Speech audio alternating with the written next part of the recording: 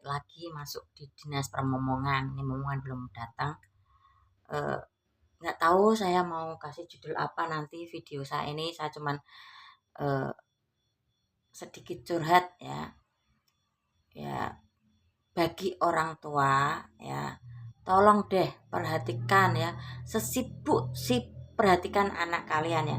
Sesibuk-sibuknya kita sebagai orang tua untuk mencari uang ya, untuk mencukupi kebutuhan anak, beri perhatian, perhatikan ekspresi ya, ketika anak sedang ada di kamar sedang ngapain, apakah ada masalah, apakah ada sesuatu yang serius ya. Ceritanya seperti ini. Nah, ini tadi malam ada teman anakku ya dari SMP, sekarang pun SMA-nya kan udah pindah ya, udah pindah SMA tapi udah beda sekolah, cuman masih kontek-kontekan. Nangis. Saya tanya sama anak saya, kenapa itu? Siapa? Namanya sebut saja Edi ya. Edi nangis karena dibully sama teman-temannya di sekolah yang baru. Ya, di sekolah negeri. Kenapa? Ya, masa lalunya SMP terungkit di SMA. Karena si Edi ini dulu punya masa lalu ya, mengambil uang, tujuannya hanya untuk menyenangkan temen ceweknya alias pacarnya dulu ketika di SMP ya. Intinya untuk foya-foya. Dari segi ini saya ketawa ya, perjuangannya untuk menyenangkan ceweknya ya bagus, tapi caranya yang salah ya. Nah, tadi ini kan udah ini sisi hitamnya si Edi ini ketika di SMP. Saya ngikuti dia, anak saya ketika ada temennya bermasalah itu selalu curhat sama saya. Nah, kembali lagi tadi malam cerita sama anak saya, nangis gini. Terus saya minta handphone anak saya. Nih, bawa sini. Saya kebetulan udah kenal banget ya, pernah deket sama anak saya dulu waktu SMP kelas 1. Nah, kenapa? Gini, mah ini. Saya udah tahu ya sisi gelapmu waktu di SMP itu mama udah tahu. Nah, saya kasih support ya, karena si anak Edi ini anak broken, ikut bapaknya ya. Bapaknya pun cuman kuli bangunan ya, kerjanya ya mungkin pas-pasan ya. Nah, ini kebetulan si Edi ini diterima di sekolah negeri dekat sekolahnya. Dulu si Edi ini mengincar di SMK Jateng karena tes psikolog, jadi dia tidak lolos, akhirnya masuk di SMA negeri ya. Nah, terus curhat gini mah. Terus saya bilang seperti ini, nada saya memang tinggi, nada saya emang keras, tegas. Saya bilang, untuk saat ini kamu jangan berpikir untuk diri kamu sendiri ya, berpikir untuk orang tua kamu ya, karena kamu punya masa lalu, karena kamu punya sisi gelap waktu di SMP, sekarang terukit ketika di SMA.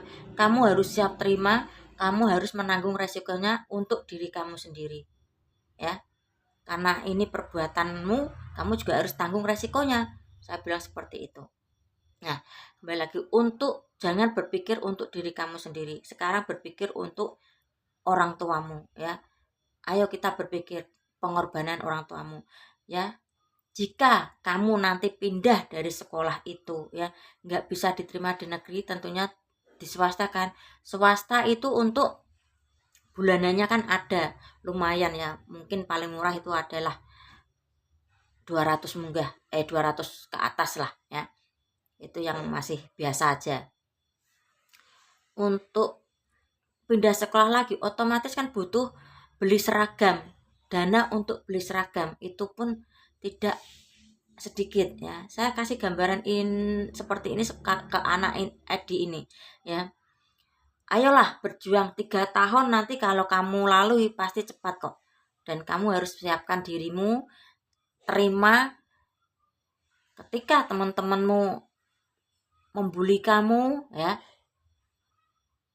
Ya kamu harus terima, karena dulu kamu melakukan kesalahan ya, kamu harus siap menerima kesalahan itu dan siap menerima konsekuensinya. Saya bilang seperti sama Edi, untuk memikirkan orang tuanya, jangan untuk dirinya sendiri ya. Kalau dia tidak betah nanti bisa mungkin minta pindah sekolah, otomatis kan biaya lagi ya. Sedangkan kehidupannya sehari-hari aja plus minus ya. Mungkin bahkan jarang plusnya, mungkin minus ya.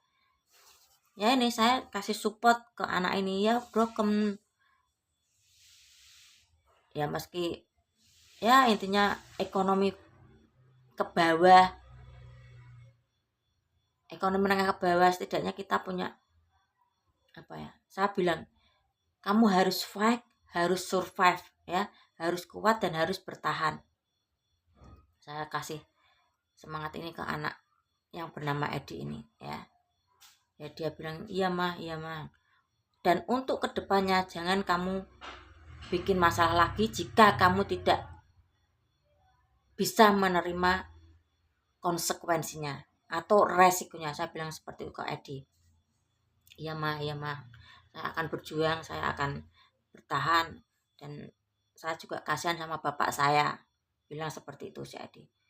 Ya, ya semoga bisalah dipakai kata-kata saya untuk Edi ini ya. Karena saya support seperti ini kan yang menjalani si Edi. Edi kan ya tinggal kuat tidaknya ya. Ini baru mungkin 3 bulan, 2 bulan atau 3 bulan masuk sekolah sudah dapat apa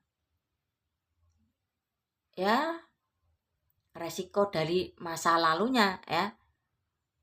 Saya bilang ayo kuat-kuat, 3 tahun kalau kita lewati, keluar masuk pulang masuk sekolah pasti akan cepat. Saya bilang seperti itu sama Edi. Ya mudah-mudahan si Edi ini kuat dan masih bisa tetap pegang omongan saya.